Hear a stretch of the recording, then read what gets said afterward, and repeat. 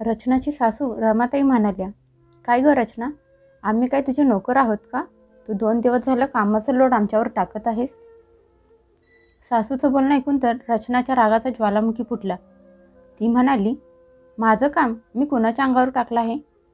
कोण म्हणालं ही सगळी कामं माझी आहेत? तुम्ही मला काही खरेदी करून घेऊन आला आहेत का? तुमची ही लाडाची लेक दर 2 महिन्याला 15 दिवस माहेर येऊन बसलेले असते, तेव्हा तुमचं राशन फुकटचं नसतं. आणि माझा भाऊ 3 दिवसांसाठी आला तर तुम्हाला हे घर धर्मशाळा वाटायला लागली का? एक भाऊ त्याच्या बहिणीच्या घरी राहायला येऊ शकत नाही का? जर तुम्हाला माझा भाऊ आपल्या घरात आलेला सहन होत नसेल, तर मला पण माझ्या नवऱ्याची बहीण घरी आलेली सहन होत नाही. त्यामुळे जोपर्यंत तुमची मुलगी इथे राहणार आहे, तोपर्यंत मी पण इथे राहणार नाही. तुमची मुलगी इथे आराम करायला येते, मग तिला म्हणावं येताना सोबत सेवा करायला नोकर घेऊन येत जा. इथं काय यांचे नोकर बसले नाहीत यांची सेवा करायला." सुनेचं तिखट बोलणं ऐकून रमाताई त्यांच्या मुलाकडे आकाशकडे रागात फणफण करत म्हणाल्या, "अरे गप्पा उभा राहून तमाशा काय बघत बसला आहेस? तुझ्या बायकोचं तोंड बंद का करत नाहीस?" हे ऐकून रचना रागात ओरडून सासूला म्हणाली, "हे काय म्हणून माझं तोंड बंद करतील?" त्यानंतर मात्र रचनाने जे काही केलं ते बघून सासू आणि नंदेला धक्काच बसला. रचना खूप वेळ फोनवर बोलत होती आणि ही गोष्ट तिच्या सासूला खटकत होती. माहीत नाही फोनवर कुणाशी एवढा वेळ बोलत बसले आहे. आम्हाला तर काही सांगत नाही, हळूहळू बोलत असते. तिच्या घरातले पण तसेच आहेत. फोन करून माहीत नाही तिचे कान भरत असतात. बाहेर बसून रमाताई स्वतःशीच बडबड करत सुनेच्या खोलीत सारख्याच डोंकून बघत होत्या. तेवढ्यात त्यांचा मुलगा आकाश मॉर्निंग वॉक करून घरी आला. तशा त्याला बघून म्हणाल्या, "अरे तुझी बायको सकाळ सकाळी फोनवर गप्पा मारत बसली आहे. कधीपासून तिची वाट बघत आहे. घरात एवढी कामं पडली आहेत आणि ही जर अशीच फोनवर गप्पा मारत बसली तर घरातली कामं कोण करणार?" आईचं बोलणं ऐकून आकाश सरळ खोलीत गेला आणि जाऊन खुर्चीवर बसला. रचना खोलीत फिरत फिरत फोनवर बोलत होती. थोड्या वेळात फोन ठेवून रचना नवऱ्याला म्हणाली, "अहो माझ्या भावाचे पेपर आहेत आणि त्याचा नंबर आपल्या इथल्या कॉलेजमध्ये आला आहे, म्हणून तो आपल्या घरी राहायला येण्यासाठी विचारत होता." हे ऐकून आकाश म्हणाला, "असू दे ना, किती दिवस राहणार आहे?" रचना म्हणाली, 3 दिवसांसाठी येणार आहे. तिसऱ्या दिवशी पेपर झाला की घरी परत जाईल. आकाश म्हणाला, "असू दे, 3 दिवसांची तर गोष्ट आहे." हे ऐकून रचना खुश झाली, पण नंतर नवऱ्याला म्हणाली, "आकाश, अहो तुम्ही आईंना ओळखता? माझा भाऊ इथे राहायला आलेला त्यांना अजिबात आवडणार नाही." हे ऐकून आकाश म्हणाला, "तू आईला आत्ता काहीच सांगू नकोस. अचानक आलेला बघून ती काही बोलू शकणार नाही." हे ऐकून रचना गप्प बसली, कारण ती भावाला तर घरी यायला नको बोलू शकत नव्हती. 2 दिवसांनी रमाताई आरामात हॉलमध्ये बसून चहा पित होत्या. तेवढ्यात दारावरची बेल वाजली. रचना लगेच बाहेर आली. तिला आलेली बघून तिची सासू म्हणाली, "असं कोण आलं आहे त्याच्यासाठी तू लगेच बाहेर येऊन दार उघडले?" त्यांची नजर बाहेर टिकली होती. रचनासोबत तिच्या भावाला आलेला बघून त्यांच्या चेहऱ्यावर आठ्या पडल्या. तिचा भाऊ अमित आल्या आल्या तिच्या सासूच्या पाया पडला. तशी तिची सासू म्हणाली, "अरे अमित, तू तर यायच्या अगोदर काहीच कळवलं नाहीस. असं अचानक कसं आलास? अच्छा, म्हणजे तू तुझ्या बहिणीला सांगितलं असशील." हे ऐकून अमित थोडा दचकला. तेवढ्यात रचना म्हणाली, "आई, त्याचं काय आहे ना, अमितचे पेपरचा नंबर आपल्या इथल्या कॉलेजमध्ये आला आहे. 3 दिवसात त्याचे 2 पेपर आहेत, म्हणून तो 3 दिवस आपल्या घरी राहणार आहे." हे ऐकून तिच्या सासूने काहीच उत्तर दिलं नाही. रचना तिच्या भावाला अमितला म्हणाली, "चल, तुला मी गेस्ट रूम दाखवते. तू 3 दिवस तिथेच अभ्यास कर आणि आरामात राहा." हे ऐकून रमाताईंच्या चेहऱ्यावरच्या आठ्या अजूनच वाढल्या. रचना जशी भावाला खोली सोडून माघारी आली तशी तिची सासू रागात म्हणाली, "रचना, हे माझं घर आहे, कुठली धर्मशाळा नाही. कुणाला विचारून तू तुझ्या भावाला इथं बोलावलं आहेस?" रचना अगोदर घाबरली होती की सासूबाई काय उत्तर द्यायचं, पण आता तिची सासू स्वतःहून तिला विचारत होती. त्यामुळे हिम्मत करून ती सासूला म्हणाली, आई, मी आकाशला बोलले होते, त्यांनी परमिशन दिली होती. हे ऐकून रमाताई रागाने डोळे मोठे करून म्हणाल्या, आकाश या घरचा मालक नाही की त्याने परमिशन दिली. तो स्वतः त्याच्या छोट्या छोट्या गोष्टींसाठी मला विचारत असतो. तो परमिशन देणारा आहे तरी कोण? या घरात तुझ्या माहेरच्या लोकांना बोलवण्याची काही गरज नाही. अरे 3 दिवस कुठल्या तरी धर्मशाळेत जाऊन राहिला असता. इथं फुकटचा खायला राहायला आला आहे. हे ऐकून रचनाच्या डोळ्यातून पाणी यायला लागलं. ती हळू आवाजात सासूला म्हणाली, आई, जरा हळू बोला. माझ्या भावानं ऐकलं तर त्याला खूप वाईट वाटेल. हे ऐकून तिची सासू म्हणाली, ऐकलं तर ऐकलं, हे माझं घर आहे, त्याचं नाही. आणि एवढंच जर वाईट वाटत असेल तर त्याला सांग इथून जायला. रचना बिचारी डोळ्यातलं पाणी पुसत किचनमध्ये गेली आणि आम्हीसाठी चहा बनवायला लागली. चहा बनवता बनवता तिने नवऱ्याला फोन केला आणि म्हणाली, अहो, तुम्ही आईंना सांगायला नको बोलला होता. आता बघा काय होऊन बसलं आहे. आई इथे रागात बसले आहेत. त्यांच्या मनात आलं असतं तर आत्ताच्या आत्ता माझ्या भावाला घरातून बाहेर काढतील. असं म्हणत रचना फोनवरच रडायला लागली. आकाश म्हणाला, तू काळजी करू नकोस, मी घरी आल्यावर आईला समजावून सांगतो. रचनाने फोन ठेवला आणि भावाला चहा घेऊन जायला लागली.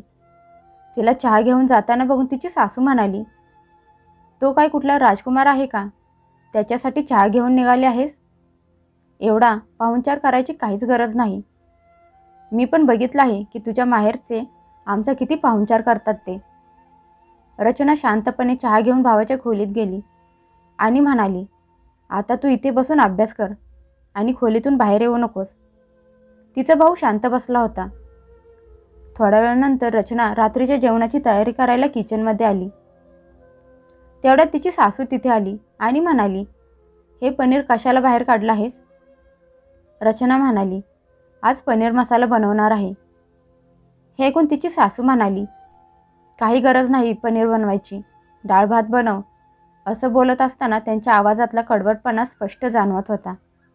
पण पुढच्या क्षणी रचना म्हणाली, आई, आम्ही आज पहिल्यांदाच आपल्या घरी आला आहे, मग डाळ भात बनवणं योग्य वाटणार नाही.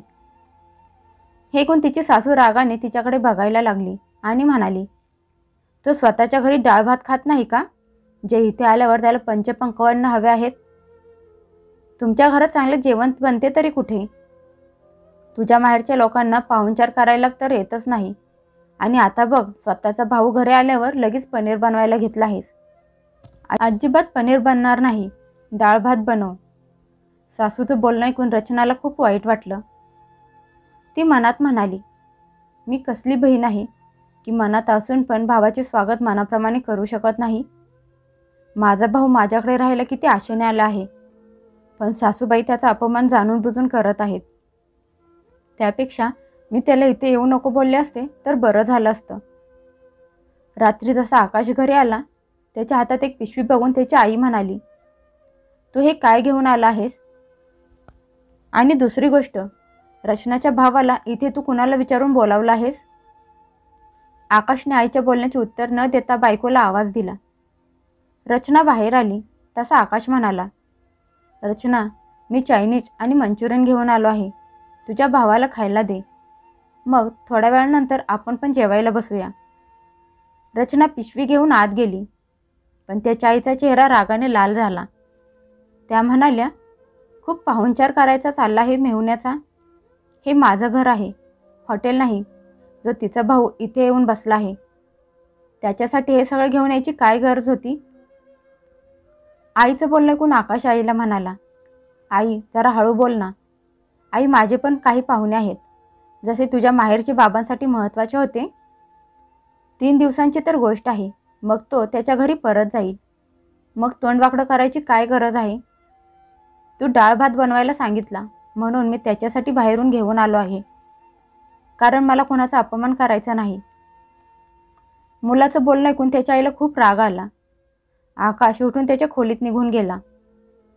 रचना सगळ्या खायच्या वस्तू घेऊन तिच्या खोलीत गेली आणि भावाला पण तिथेच बोलवून घेतलं.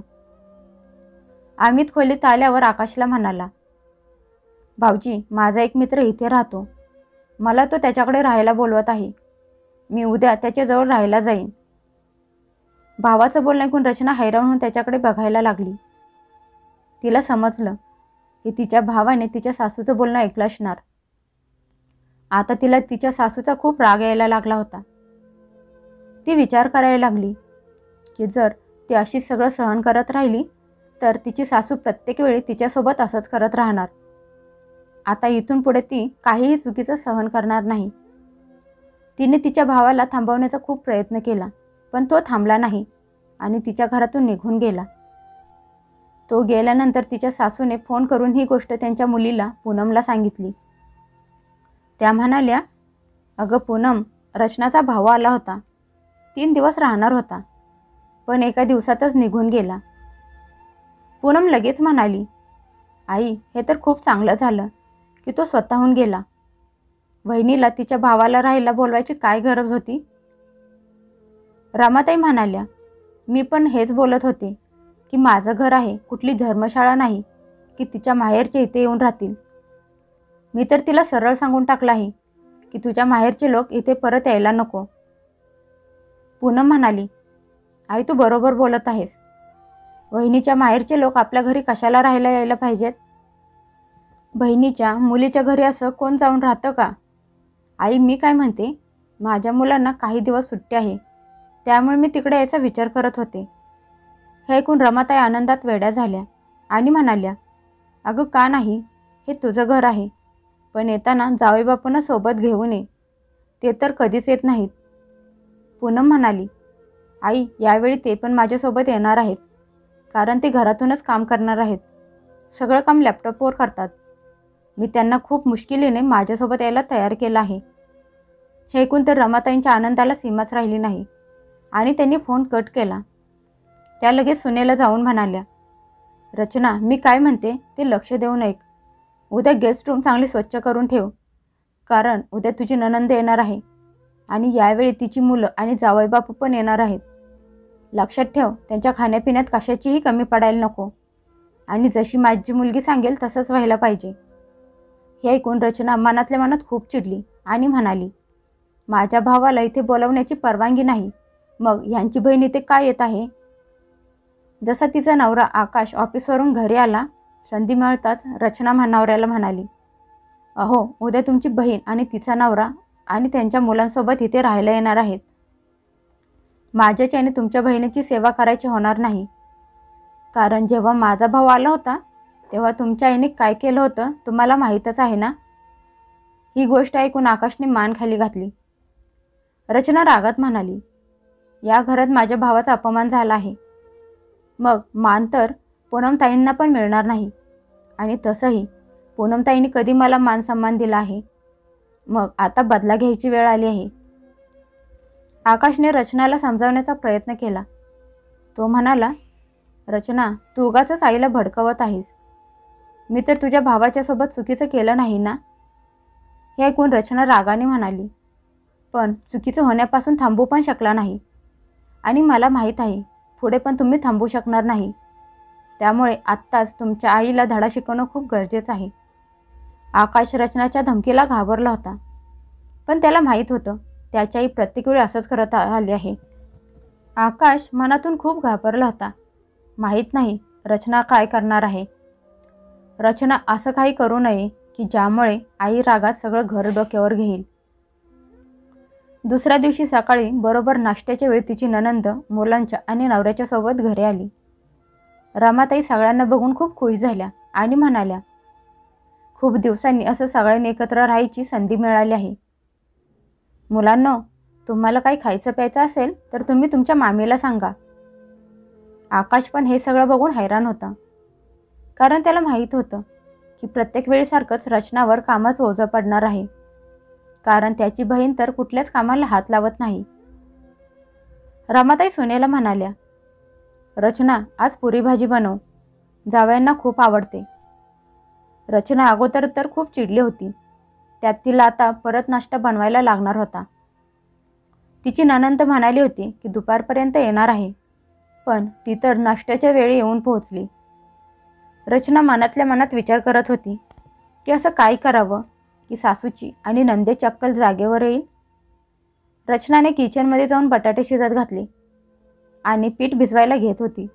तेवढ्यात पाठीमागून तिच्या नंदेने आवाज दिला आणि म्हणाली, वहिनी, मुलांना पास्ता बनव, ते तेलकट खात नाहीत.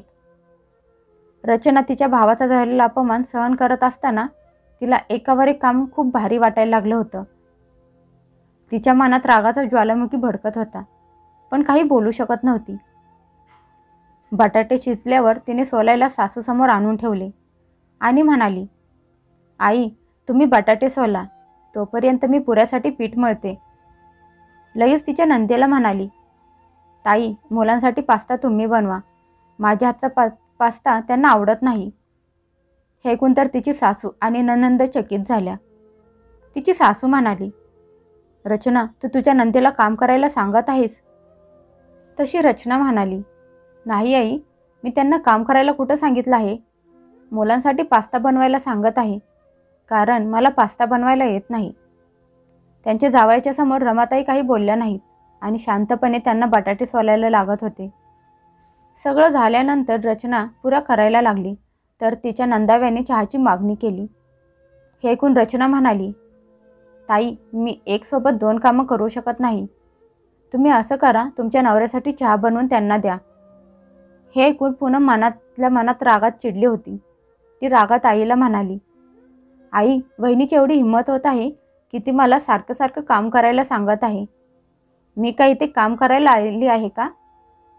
तिची आई म्हणाली, तू काळजी करू नकोस, मी तिची अक्कल आता ठिकाणावर आणते. पण जावयांच्या समोर तमाशा झालेला चांगला दिसणार नाही. आता तिची सासू संधीची वाट बघत होती. दुसऱ्या दिवशी त्यांचा जावई ऑफिसला गेला तशी त्यांना संधी मिळाली. त्या सुनेवर तुटून पडल्या, पण जशा त्या सुनेच्या खोलीत गेल्या तेव्हा रचना तिची बॅग पॅक करत होती. ते बघून तिची सासू म्हणाली, रचना, तू हे काय करत आहेस? सासूचं बोलणं रचनाने ऐकून पण न ऐकल्यासारखं केलं. पूनम म्हणाली, आई, राग तर आपल्याला यायला हवा होता, पण उलट हीच आपल्याला नखरे दाखवत आहे आणि उत्तर पण देत नाही. तू जरा आकाशला फोन करून विचार. रमाताईंनी लगेच आकाशला फोन केला आणि म्हणाल्या, ही महाराणी कुठे जाण्यासाठी बॅग पॅक करत आहे? हे ऐकून तर आकाशला धक्काच बसला. तो हातातली सगळी कामं सोडून घरी पळत आला. घरी आल्यावर बघितलं तर रचनाने तिची बॅग पॅक केली होती. आकाशला आलेले बघून त्याची आई म्हणाली, जेव्हापासून माझी मुलगी घरी आली आहे तेव्हापासून ही नखरे दाखवायला लागली आहे. माझी मुलगी तिला खटकत आहे, माझ्या मुलीला काम करायला सांगत आहे. मी अजून तिला काही बोलले पण नाही, तोपर्यंत तिने बॅग पॅक केले आहे. काही बोलत पण नाही आणि सांगत पण नाही. घरी नणंद आली आहे आणि ही कुठे निघाली आहे काय माहीत. घरातल्या कामाची तिला जरासुद्धा काळजी नाही. तेवढ्यात रचना बॅग घेऊन खोलीतून बाहेर आली. आकाशने तिला बघितलं आणि विचारलं, रचना, तू कुठे निघाली आहेस? तू मला काही बोलली पण नाहीस. रचना तिच्या सासूकडे आणि नंदेकडे बघत म्हणाली, तुम्हाला सांगायची गरज तरी काय आहे, कारण तुम्ही घराचे मालक तर नाही आहात आणि तुमच्या आईला मला विचारायचं नाही, कारण मी तुमच्या आईची नोकर नाही. हे ऐकून रमाताई रागाने लाल झाल्या आणि म्हणाल्या, आम्ही काय तुझे नोकर आहोत की 2 दिवस तू तुझे काम आमच्यावर टाकत आहेस? हे ऐकून तर रचनाच्या रागाचा ज्वालामुखी फुटला. तुझं काम? कुणाला बोलत आहात? कोण म्हणालं ही सगळी माझी कामं आहेत? तुम्ही काय मला खरेदी करून घेऊन आला आहात का? तुमची ही मुलगी दर 2 महिन्याला इथे 15 दिवस येऊन राहते, तेव्हा तुमच्या घरातलं राशन फुकटचं नसतं आणि माझा भाऊ 3 दिवसांसाठी आला होता तर तुम्हाला धर्मशाळा वाटायला लागली. एक भाऊ त्याच्या बहिणीच्या घरी राहायला येऊ शकत नाही का? जर तुम्हाला माझा भाऊ आलेला सहन होत नसेल तर मला पण माझ्या नवऱ्याची बहीण आलेली सहन होणार नाही. त्यामुळे जोपर्यंत तुमची मुलगी इथे आहे तोपर्यंत मी इथे राहणार नाही. तुमची मुलगी इथे येऊन आराम करते. त्यांना सांगा येताना सेवा करायला एखादा नोकर घेऊन या म्हणावं. इथं काय त्यांनी नोकर ठेवले आहेत का? रमाताईंनी मुलाकडे बघितलं आणि म्हणाल्या, अरे, खांबासारखा उभा राहून काय ऐकत आहेस? तुझ्या बायकोचं तोंड बंद का करत नाहीस? तशी रचना रागात सासूला म्हणाली, हे का म्हणून माझं तोंड बंद करतील? त्यांना तर प्रत्येक गोष्टीसाठी तुमच्याकडून परमिशन घ्यायला लागते. त्यांची तर स्वतःच्या घरात काहीच किंमत नाही. बायकोचं बोलणं ऐकून जणू आकाशचा आत्मसन्मान जागा झाला. आकाश म्हणाला, कोण म्हणालं मी काहीच करू शकत नाही? मी पण सगळं बघत आहे, कोणासोबत काय चुकीचं होत आहे. आई, जर कुठल्या भावाचे त्याच्या बहिणीच्या घरी जाणं एवढं चुकीचं आहे, तर ताईचं आणि माझं नातं आजपासून संपलं. मी तिच्या घरी कधीच जाणार नाही. आणि जर रचना तिच्या भावाच्या अपमानाचा बदला घेत आहे, तर त्यात मी काहीच करू शकत नाही. पूनमताई, जर तुझ्या भावाचा अपमान झाला असता तर तू काय केलं असतंस? हे ऐकून रचना लगेच म्हणाली, अहो, यांनी काहीच केलं नसतं. कारण यांच्या नजरेत भाऊ तर फक्त देण्यासाठी असतो. यांच्या नजरेत भावाचा मान सन्मान, त्याच्या इज्जतीचा त्यांना काहीच किंमत नाही. जर असं असतं तर त्यांनी भावाच्या बायकोचा अपमान का करत असत्या? आता मी जात आहे. जेव्हा माझ्या मनात येईल तेव्हा परत येईन. तुमच्या आईला सांगा स्वतःच्या मुलीची काळजी स्वतः घ्यायला. रमाताई आणि पूनम रचनाकडे बघतच राहिल्या. त्यांना स्वप्नातसुद्धा वाटलं नव्हतं की एक दिवस रचनाच्या रागाचा ज्वालामुखी असा फुटेल. रचना बॅग घेऊन निघून गेली आणि सगळे बघत उभे राहिले. आकाश त्याच्या आईला म्हणाला, बघितलं का आई, केलेलं कर्म परत स्वतःकडे कसं फिरून येतं? तेवढ्यात पूनम म्हणाली, आई, मी पण माझ्या घरी परत जाते. जर इथे माझी इज्जतच नाही तर इथे राहून तरी काय करू? हे ऐकून तिची आई खडबडून जागी झाली. त्यांना मुलीचं असं बोलणं आवडलं नाही. त्या म्हणाल्या, तुझ्यासाठी मी प्रत्येक वेळी सुनेचा अपमान करत राहिले आणि तू बोलत आहेस तुझी इथे इज्जतच नाही. अगं, अपमान तुझा नाही तर तुझ्या नादी लागून मी माझ्या सुनेचा करत होते. तू इथून परत यासाठी जात आहेस की इथे आता घरातली कामं तुला करायला लागतील? कारण काम करणारी तर निघून गेली. हे ऐकून पूनमचा चेहरा उतरला. काही वेळात पूनम तिच्या घरी परत गेली आणि रमाताई स्वतःला दोष द्यायला लागल्या की त्यांनी त्यांच्या सुनेसोबत असं चुकीचं का केलं.